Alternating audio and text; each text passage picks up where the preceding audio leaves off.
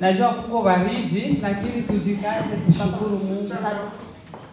Tujikaze kuchangamka.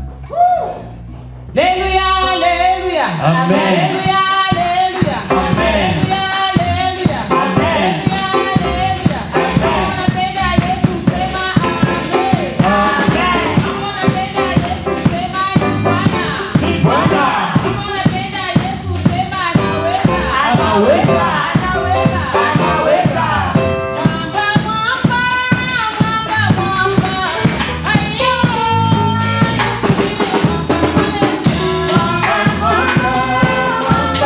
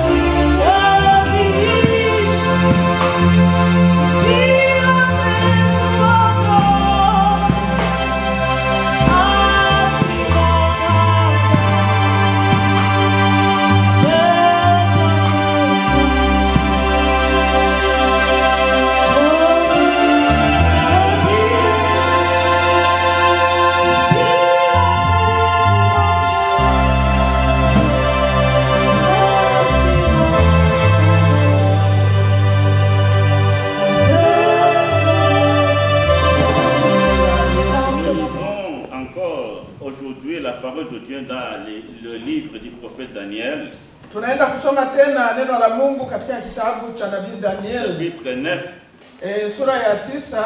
Et je vous préviens que la semaine prochaine, nous allons parler des 70 semaines de Daniel. Na ninawaarifu kwamba juma lijalo tutasoma kuhusu ile juma 17. Et aujourd'hui, nous allons parler de la prière fervente de Daniel. Na leo tunaenda kuongea juu ya maombi halisi ya Daniel. Et je m'en vais vous demander de lire avec moi chapitre 9, versets 1 à 13. Tutasoma tangu sura ya 9 verse ya kwanza mpaka 13. Il est écrit: Neno la Bwana linasema hivi: La première année de Darius, fils d'Assuérus, de la race des Mèdes, lequel était devenu roi du royaume des Chaldéens. La première année de son règne, moi Daniel, je vis par les livres qu'il devait s'écouler 70 ans pour les ruines de Jérusalem, d'après le nombre des années dont l'Éternel avait parlé à Jérémie le prophète.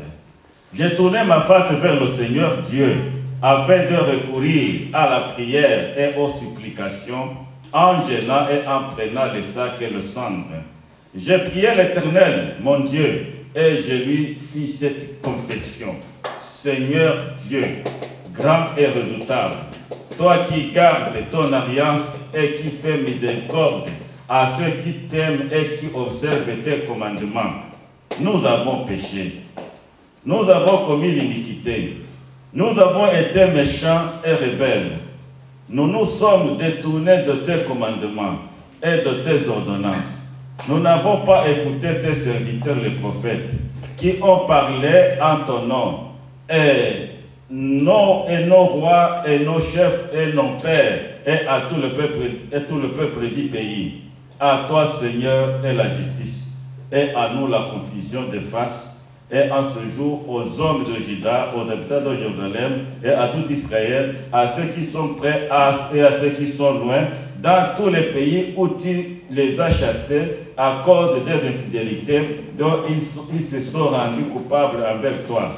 Seigneur, à nous la confusion des faces, à nos rois, à nos chefs et à nos pères, parce que nous avons péché contre toi. On prédit, Seigneur, notre Dieu, la miséricorde et le pardon, car nous avons été rebelles envers lui. Nous n'avons pas écouté la voix de l'Éternel, notre Dieu, pour suivre ces lois qu'il avait mises devant nous par ses serviteurs les prophètes. Tout Israël a transgressé ta loi et s'est détourné pour ne pas écouter ta voix. Alors se sont répandues sur nous les malédictions et les imprécations qui sont écrites dans la loi de Moïse, serviteur de Dieu, parce que nous avons péché contre Dieu.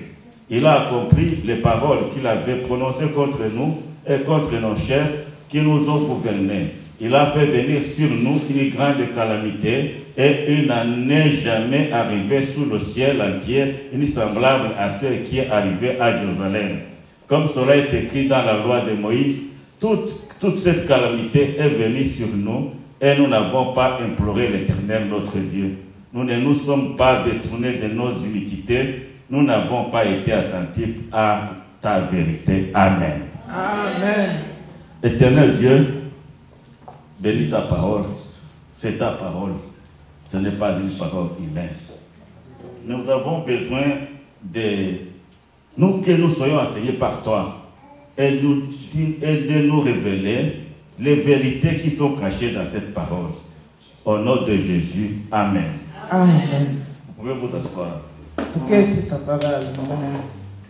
Bien-aimés dans le Seigneur, Ndugu katika Kristo, le chapitre 9 de Daniel hii sura ya 9 ya Daniel est le plus grand chapitre de la Bible, ni chapitre kubwa sana kwa Biblia nzima, car il constitue le sommet de la prophétie.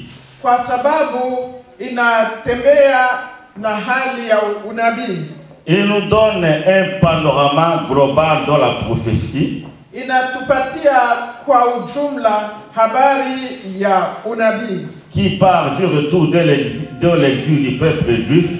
Hapa inatuongelea kuhusu ya Waisraeli walienda uhamishoni jusqu'à l'achèvement des temps. na kuhusu mpaka mwisho wa dahari. Nous continuons de parler de Daniel. Tunaendelea kuongea kuhusu Daniel. Daniel, un homme de prière. Huyu Daniel alikuwa mtu wa maombi. Un homme qui sonde les Écritures. Mtu ambaye ametafakari maneno ya Un Mungu. homme qui est conduit par le Saint-Esprit. Mtu ambaye ametawaliwa au ameongozwa na Roho Parce Mtakatifu. qu'il y avait en lui un esprit supérieur. Kwa sababu ndani yake mlikuwa ile roho ya kuwa juu. Il était rempli du Saint-Esprit. Alikuwa amejawa na Roho Mtakatifu. Daniel approche la fin de sa vie. Na Daniel alifikia mwisho wa maisha yake. 78 ans se sont écoulés depuis qu'il avait abandonné sa patrie et sa ville Jérusalem. Miaka 78 ilifika tangu hiyo wakati ya Sa ville Jérusalem. kwa hiyo mji wa Jerusalem. Laquelle ville il ne verra plus? Ni mji gani ambayo hataona tena? Daniel, malgré les perspectives de la vie, Daniel ingawaje mambo makali ya dunia, malgré le combat auquel il a été confronté, ingawaje vita ambavyo amekutana navyo, une chose que nous pouvons noter, neno moja tunaweza kutia mkazo. Daniel n'a pas abandonné la foi. Daniel hakuweza kuacha imani yake. La vie de Daniel n'a pas été du tout rose. Maisha yake hayakuwa kweli mema. La vie de Daniel a été une vie troublée. Ilikuwa maisha ya misukosuko. Daniel et ses collègues ont passé 70 ans sous pression. Yeye Daniel na ndugu zake walipita miaka 70 wakiwa katika matatizo. 70 ans de stress. Miaka 70 wakiwa kabisa katika hali mbaya. 70 ans de trahison. Miaka 70 wakiwa wameshutumiwa. 70 ans de persécution. Miaka 70 ya magumu. Shadrach, Meshach et Abednego ont été jetés dans la fournaise. Huyu Shadrach, Meshach na Abednego waliwatupa katika tanuru la À moto cause de leur foi. kwa sababu ya imani yao. Daniel lui-même a été jeté dans la fosse au lion. Danieli mwenyewe walimtupa katika tundu la simba. Mais malgré tout cela, Na ingawaje hayo yote, et Daniel na Danieli et ses collègues yeye na nduguze n'ont pas abandonné la foi. hawakuweza kuacha imani. Alléluia. Amen. Bien-aimés dans la vie chrétienne, Wandugu katika maisha ya Kikristo, comme je le dis souvent, kama vile ninazoea nous kuambia, sommes toujours appelés à faire des choix. inatubidi kufanya uchaguzi. Mais nous autres chrétiens, Lakini sisi wa Kristo nous avons déjà fait notre choix. tulishafanya Nous uchaguzi. avons choisi Jésus. Tulichagua Yesu. On n'a pas encore fait d'autres choix. Sisi hatuna hata ya kufanya tena uchaguzi mwingine. Mais alors, chaque jour, Lakini sasa kila nous siku, sommes confrontés à un défi de la foi. kila siku tunakutana na changamoto ya Nous imani. avons des défis à relever. Tunakuwa na changamoto ya kuweza kuinua. Et souvent, pour relever ces défis, nous sommes obligés de nous engager dans un combat. Na kusudi tuweze kuamua kwa hizi changamoto tunapaswa kupitia vita. Et je l'appelais ce combat le combat de la foi. Na hiyo vita niliviita vita vya imani. Daniel ainsi que ses collègues ont combattu le bon combat. Huyu Danieli na nduguze waliweza kupigana vita vilivyo vizuri. Ils ont combattu le bon combat. Walipigana vita vilivyo vizuri. Leur vie n'était pas une vie rose. Maisha yao haikukuwa kweli Leur mazuri. vie était une vie d'épreuves et de problèmes. Ilikuwa maisha ya majaribu na magumu. Mais ils ont combattu le bon combat. Lakini wakapiga vita Parce qu'ils vizuri. savaient en qui ils avaient cru. Kwa sababu walijua ni nani walimwamini. Bien-aimés dans le Seigneur, Wa ndugu katika ne Kristo, soyons pas des chrétiens superficiels. tusiwe Wakristu wa leja-leja. Et les chrétiens superficiels, ce sont chrétiens-là, lorsque le vent souffle, le vent les emporte. Huyu Mkristo wa leja-leja, wakati upepo unavuma inamupeperusha Nous kabisa. devons être des chrétiens bien enracinés dans la foi. Tunapaswa kuwa Wakristo ambao tunasimama imara Nous ne katika devons pas imani. être des chrétiens de nom. Tusiwe Wakristo wa jina. Notre monde n'a pas besoin de chrétiens de nom. Dunia yetu haina haja ya Wakristo wa Mais notre jina. monde a besoin de chrétiens forts. Dunia yetu na haja ya Wakristo ambao ni wana Des nguvu. chrétiens qui luttent. Wakristo ambao wanapigana Les vita. chrétiens qui combattent. Wakristo ambao wanapiga vita. Les chrétiens qui témoignent. Wakristo ambao wanashuhudia. Les chrétiens qui combattent pour leur foi.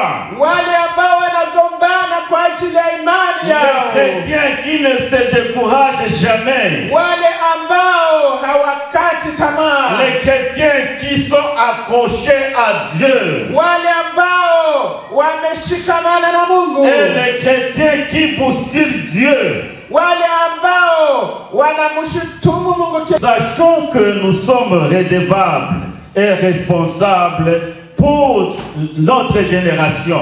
Tujue ya kwamba tunakuwa na majukumu makubwa kuhusu watu ambao tunaishi nao. Nous avons une mission à accomplir au sein de notre génération. Tunakuwa na kazi ya kufanya kwa wakati huu wetu. Les péchés accomplis dans notre génération sont aussi nos péchés. Na dhambi ambazo zinatendwa katika dunia hii ni dhambi zetu pia. C'est à nous de nous investir dans la prière pour confesser les péchés de notre génération. Ndiyo maana ni wakati wetu, ni wajibu wetu kuweza kuomba na kuomba msamaha kwa ajili ya watu wa nyakati yetu. Les péchés de notre génération sont aussi nôtres. Dhambi za watu wa wakati wetu ni dhambi zetu pia. Les péchés de nos sociétés sont aussi nos péchés. Dhambi ambazo zinatawala societe yetu ni dhambi zetu Ce pia. sont nos péchés parce que nous n'avons pas le temps pour influencer notre société. Ni dhambi zetu sababu hatukupata wakati ya kuweza kuwazalia matunda wale ambao tunaishi Au nao. lieu d'influencer notre société, Pahali ya kusema tuwavute wale ambao tunaishi nao, nous nous conformons aux valeurs de nos sociétés. hapo tunaingilia, tunaanza kutenda kama vile wao. Bien-aimés dans le Seigneur, Wandugu katika Kristo, retenons une chose. tuweze kushika neno moja. Nous sommes tous des pauvres pécheurs. Sisi sote ni wenye dhambi. Et la parole de Dieu a dit vrai dans Romains 3:10. Na ndiyo maana neno la Mungu kwa Warumi 3:10. Romains 3:10, la parole de Dieu dit: Neno la Mungu linasema hivi: il n'y a point de juste, hakuna mwaminifu, pas même un seul. hakuna hata mmoja. Nous avons tous besoin de nous repentir. Sisi sote tuna haja ya kutubu. Nous avons tous besoin de confesser nos péchés. Sisi sote tuna haja ya kutubu dhambi Nous zetu. avons tous besoin de nous humilier dans la prière. Sisi sote tuna haja ya kuweza kutulia Parce katika maombi, qu'il n'y a pas de juste, pas kwa même un seul. sababu hakuna mwaminifu hata Et dans mmoja. Jacques chapitre 3 verset 16, Na Yakobo 3:16 la parole de Dieu nous dit que neno la Mungu linasema la prière fervente du juste a une grande efficacité. anasema maombi ya mwenye haki yanakuwa na maana kubwa. Alors que nous venons de reconnaître Na hapa tunatoka kujua qu'il n'y a point de juste, pas même un seul. tunatoka kuona ya kwamba hakuna mwaminifu hata mmoja. Et la parole vient encore nous dire que la prière fervente du juste a une grande efficacité. Kisha neno tena linatuambia ya kwamba maombi ya mwenye haki yanakuwa na maana kubwa. Bien-aimés dans le Seigneur, Wandugu katika Kristo, nous avons du pain sur la planche. hapo tunakutanana na jukumu. La prière fervente du juste a une grande efficacité. Maombi ya mwenye haki yana maana kubwa sana. Le titre de notre message, c'est la prière fervente de Daniel. Hapa somo au kichwa cha neno letu ni maombi ya maana ya huyu Daniel. Je m'en vais vous détailler 3 caractéristiques d'une prière fervente. Naenda kuwaongelesha mambo matatu yanayo maanisha hayo maombi ya umuhimu. Premièrement, La kwanza, la prière fervente maombi ya umuhimu implique l'être tout entier. inamaanisha uutu wa mtu wote. La prière fervente implique l'être tout entier, à savoir le corps, l'âme et l'esprit. Maombi ya kujitolea yanamaanisha mwili, roho na nafsi. Bien-aimés dans le Seigneur, Wapendwa katika Kristo, prier n'est pas un exercice très facile comme nous le croyons. kuomba si kitu rahisi sawa vile Parce que tunavyofikiria. la prière fervente doit engager notre esprit, Kwa sababu maombi makamilifu inaomba roho zetu, doit engager notre âme itaomba nafsi zetu, et doit aussi engager notre corps. na inaomba hata na mwili wetu. La prière fervente du juste, Hiyo maombi makamilifu ya c'est mtakatifu une prière de consécration, une prière consacrée. ni maombi ya kujitolea, ni maombi kabisa ya Mais kujitolea. souvent, quand nous allons dans nos chambres de prière, Lakini mara tunapoingia katika vyumba vyetu vya maombi, nous pouvons nous arrêter seulement avec notre tête. kuna wakati tunafika na vichwa vyetu, Mais nos âmes, lakini nafsi nos yetu, cœurs roho zetu sont très éloignés. ziko mbali. Pour prier efficacement, Kusudi tuombe nous kabisa, devons être concentrés sur Dieu.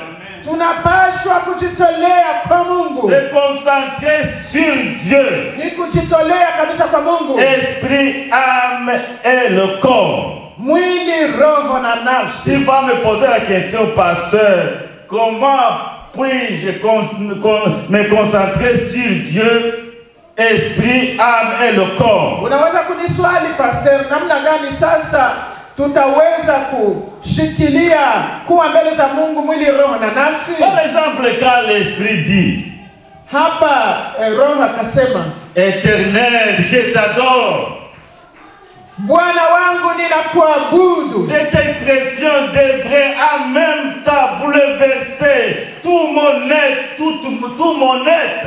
Hili neno lilipashwa kuburudisha utu wangu Oh wote. Seigneur, je t'adore. Oh Bwana wangu Cette nakutukuza. expression devrait réveiller mes émotions intimes. Hayo yaliweza kuamsha utu wangu wote Réveiller mes émotions et les élever vers Dieu. na kuleta hali yangu yote na kuzitia mbele za Nos Mungu. émotions devraient aussi adorer le Seigneur. Nia zetu zote zilipashwa pia kumtukuza Mungu. Tous nos sens devraient adorer le Seigneur. Hali zetu zote ziliweza C'est kumtukuza pourquoi Mungu. David dans Psaume 103 dit, mon âme bénit le Seigneur. Ndiyo maana kwa Zaburi neno la Mungu linasema, moyo wangu mtukuze Que Bwana, tout ce qui est à moi bénisse le Seigneur. yale yote yanayokuwa ndani mwangu yamubariki Que tout Bwana. mon être bénisse le Seigneur. Hali yangu yote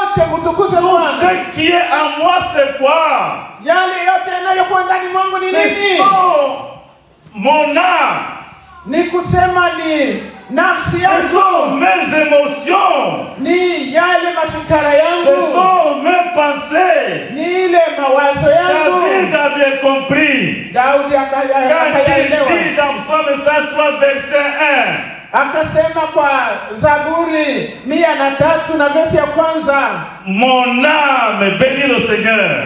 nafsi yangu mtukuze Bwana. Ne bénissons pas le Seigneur debout de l'œuvre, Tusimtukuze Bwana kwa vinywa tu, mais bénissons le Seigneur de tout notre être et de tout ce qui est en nous. tumtukuze na utu wetu wote na yale yote aliyo ndani mwetu. Notre prière devrait vibrer au diapason de notre esprit, de notre âme et de notre corps. Maombi yetu yalipaswa kububushika kufuatana na nia zetu na roho zetu. na Que utu tout wetu ce wote. qui est en moi bénisse le Seigneur. Yale yote yanayokuwa ndani mwangu yamtukuze Bwana. L'âme doit manifester une vive émotion dans le même sens et le corps doit adopter la posture associée. Yaani nafsi yangu na mwili wangu vyote vitakuwa pamoja. Quand il dit, Tukuze. mon âme bénit le Seigneur, Wakati Daudi anasema nafsi yangu quand il dit, tukuza Bwana. Éternel, je t'adore, Ukisema Bwana na ça kutukuza, doit aussi avoir les battes sur mon corps. hayo yanapaswa yasikilike. Le na kwa moment mwili où wangu. adorer, Na wakati tunaabudu on doit quand même se prosterner. tunapaswa kupiga magoti au Aujourd'hui, kuinama. rares sont des gens qui se prosternent lorsqu'ils prient le Seigneur. Wengi kwa leo ni wachache ambao wanainama kusudi waabudu. L'expression du corps Hii hali ya mwili doit accompagner l'expression de notre esprit. yaani yale Roho anasema yatatembea na mwili wetu. Aussi, lorsque tu loues Dieu, Wakati tunamtukuza Mungu, ton corps doit suivre les paroles de ta bouche.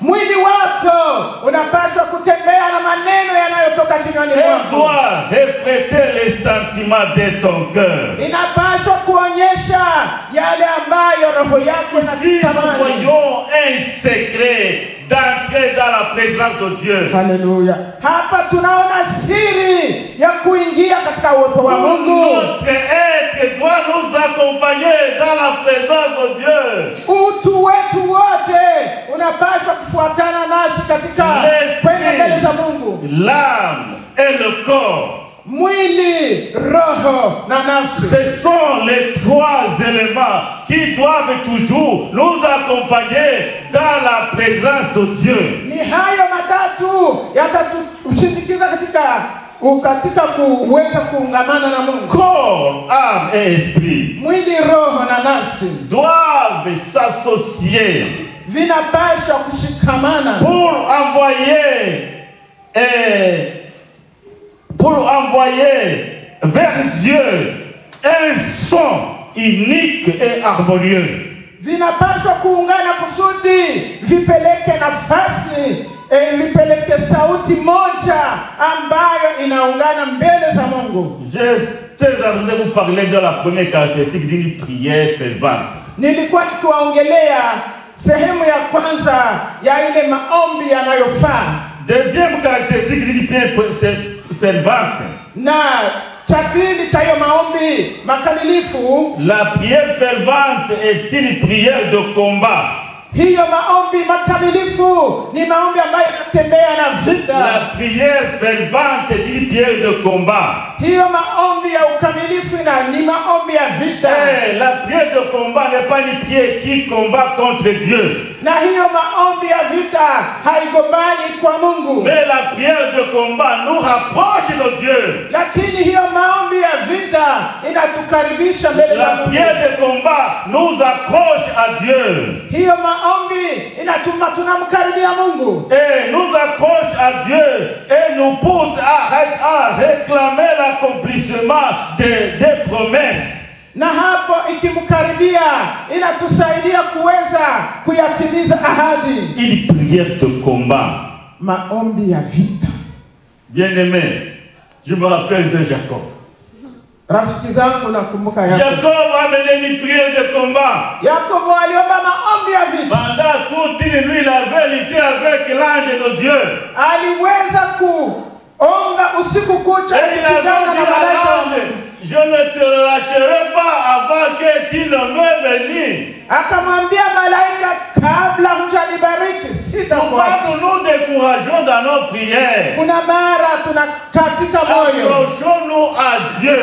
Tuweze kujiunga na Mungu. Et exigeons à Dieu de nous bénir. Na tumusihi Mungu au tumwambie atubariki. Jacob dit, je ne te lâcherai pas.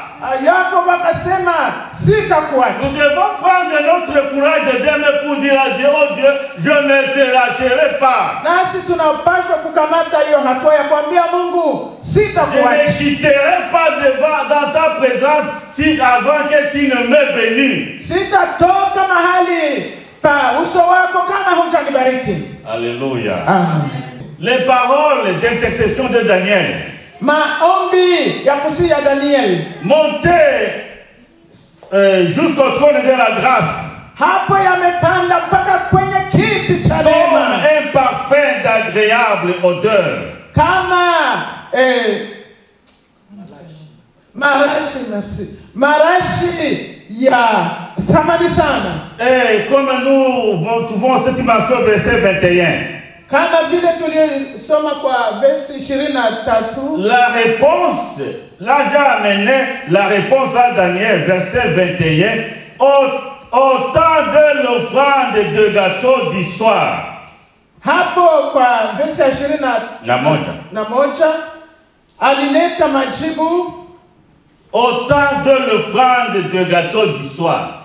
Ni wakati walikuwa na hiyo mkati ya jioni. En effet, ce verset est aussi très explicite. Hii versi inajifasiria. Au temps de l'offrande de gâteau d'histoire. Ni wakati waliweza kutolewa ile mkati wa jioni. Pour Daniel.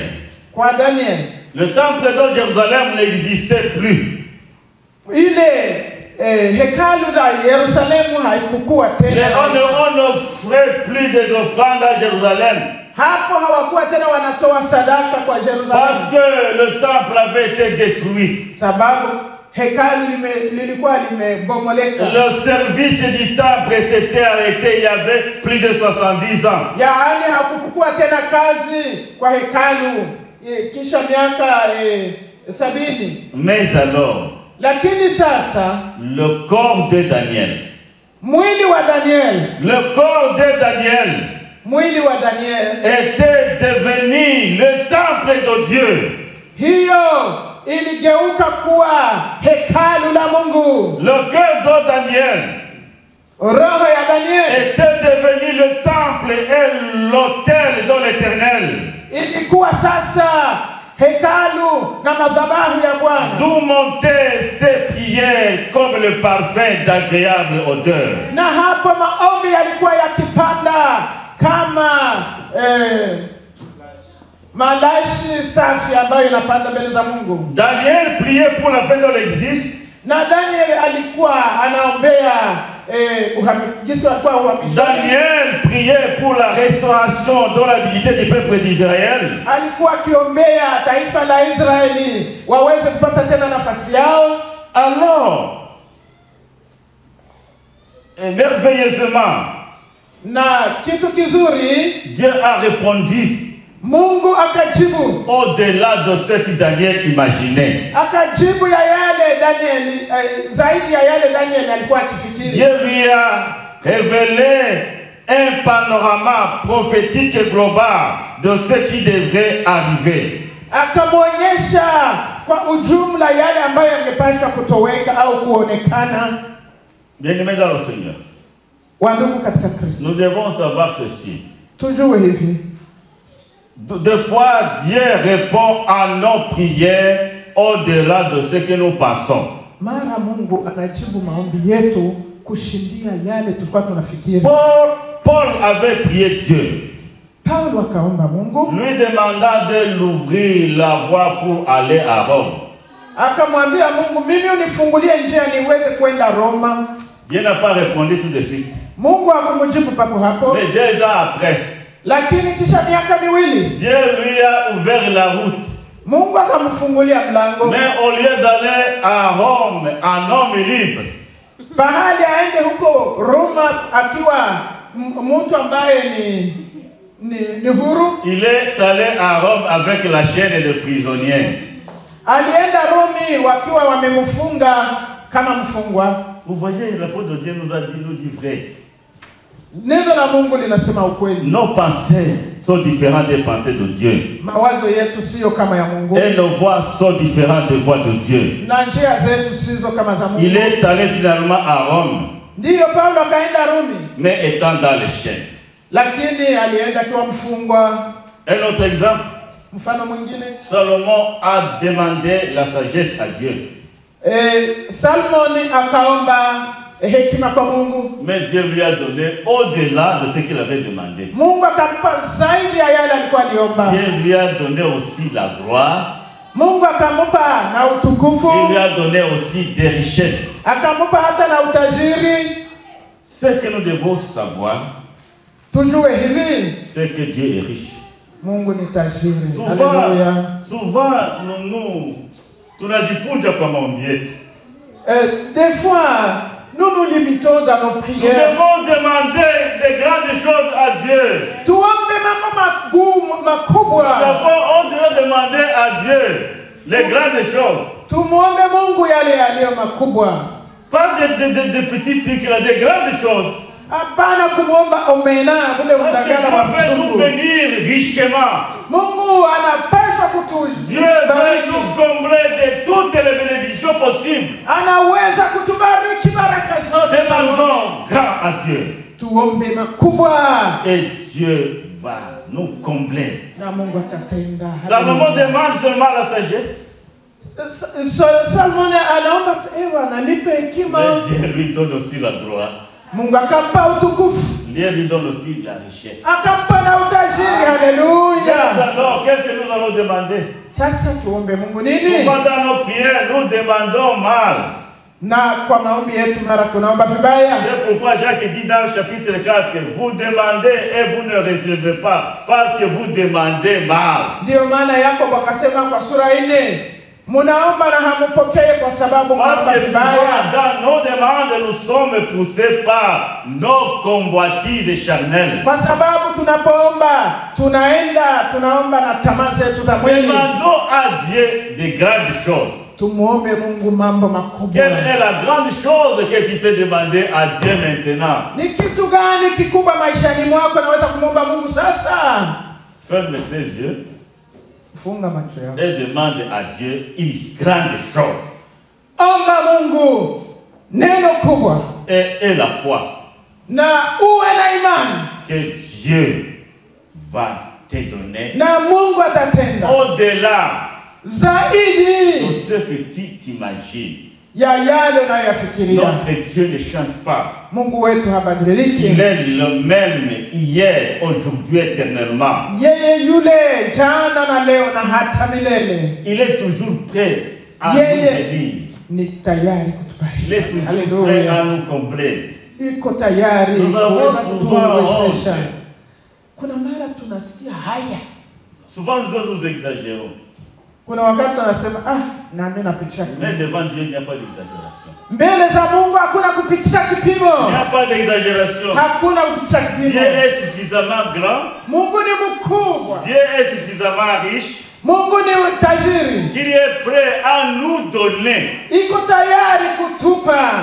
Alléluia. Amen. Il est prêt à nous combler. Na anatuwezesha. Bien-aimés dans le Seigneur.